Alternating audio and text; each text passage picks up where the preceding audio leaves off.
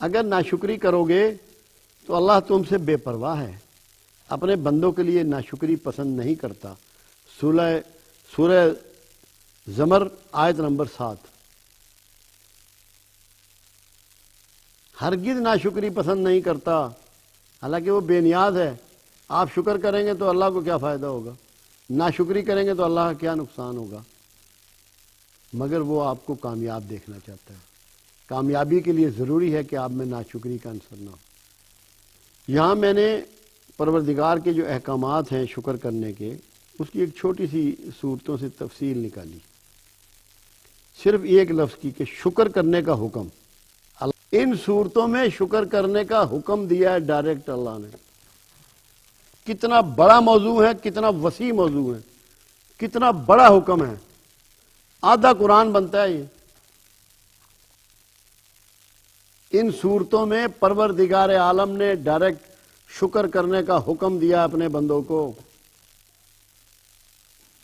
اور جو پھر بھی شکر نہیں کر رہا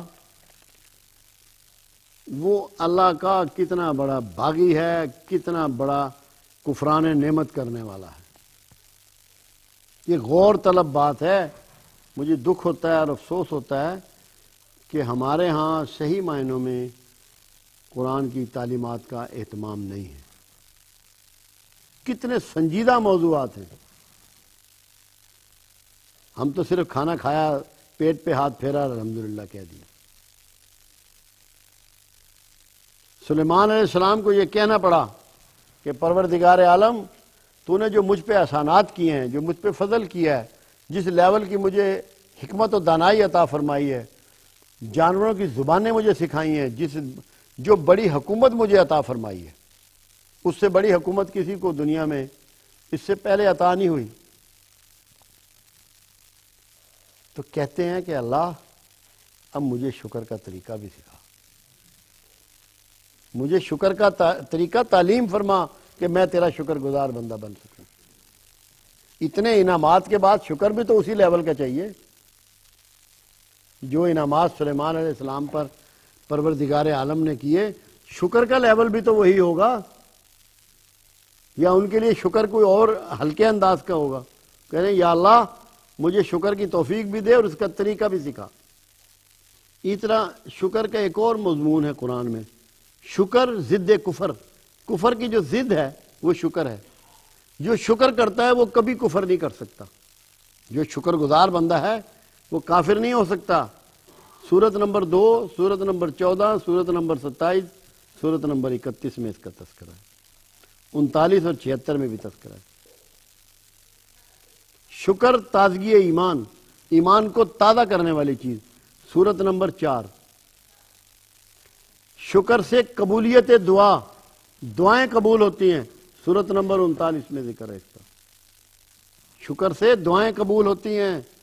قبولیت دعا کا ایک انداز اللہ کا شکر کرنا بھی ہے۔ سجدہ بھی شکر میں آتا ہے، سجدہ بھی شکر میں آتا ہے، اور اللہ کو یہ انداز اتنا پسند ہے، اتنا پسند ہے کہ ماں کے پیٹ میں جو بچہ ہے وہ سجدے ہی کی حالت میں ہوتا ہے۔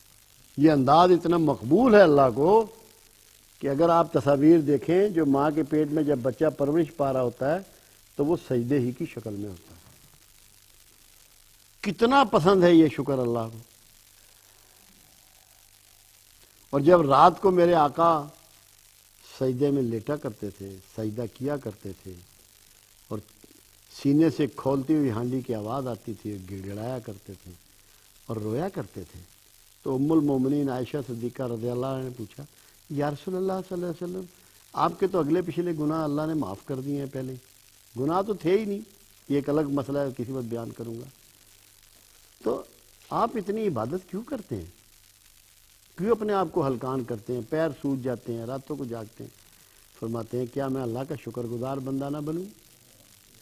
تو سجدہ شکر کا حسین انداز، پھر جب سجدہ کملی والے کا ہو تو وہ کتنا حسین انداز ہوگا، اس کی تو بات ہی اور ہوگی۔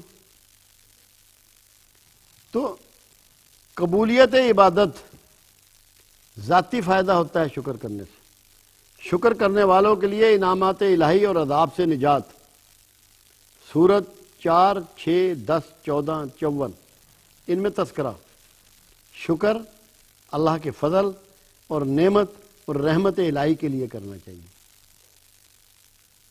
کہ اللہ نے جو آپ پہ فضل کیا، اللہ نے جو آپ کو نعمتیں دی، اللہ نے جو آپ پہ رحمت کی، اس کے لیے شکر کرنا چاہیے۔ اور کمال یہ ہے جن چیزوں کے لیے آپ شکر کریں گے اللہ ان میں اضافہ کرتا چلا جائے گا۔